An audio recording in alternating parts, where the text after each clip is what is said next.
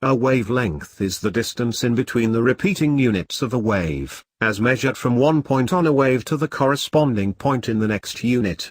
For example, the distance from the top, called the crest, of one wave unit to the crest of the next is one wavelength.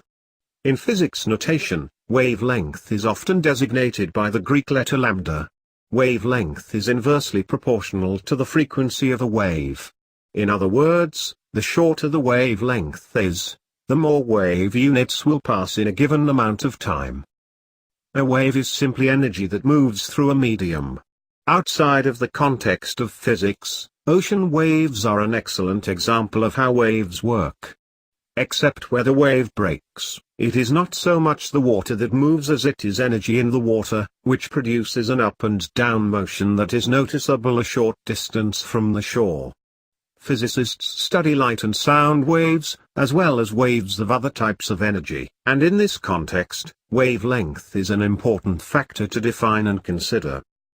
Light waves are present all around us, in a very large range of wavelengths.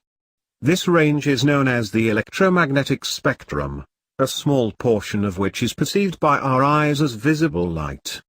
Light from the sun actually consists of the entire electromagnetic spectrum. Whether a given type of light is visible to us depends on its wavelength. If a light wave has a wavelength of between 400 and 700 nanometers, it will be visible to the human eye. On either side of this range are increasingly short and increasingly long wavelengths, respectively. X-rays have wavelengths that are so short that they can go through solid objects.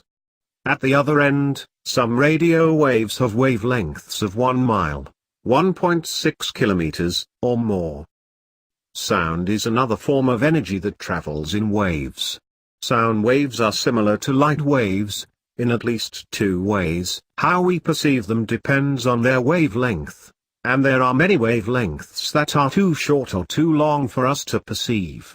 The difference is that we usually define sound in terms of the wave frequency, rather than the wavelength. But these two are closely related, as already discussed. A sound wave with a long wavelength will have a low frequency, and we hear these waves as low-pitched sounds. High-pitched sounds come from waves with a short wavelength, and therefore a high frequency.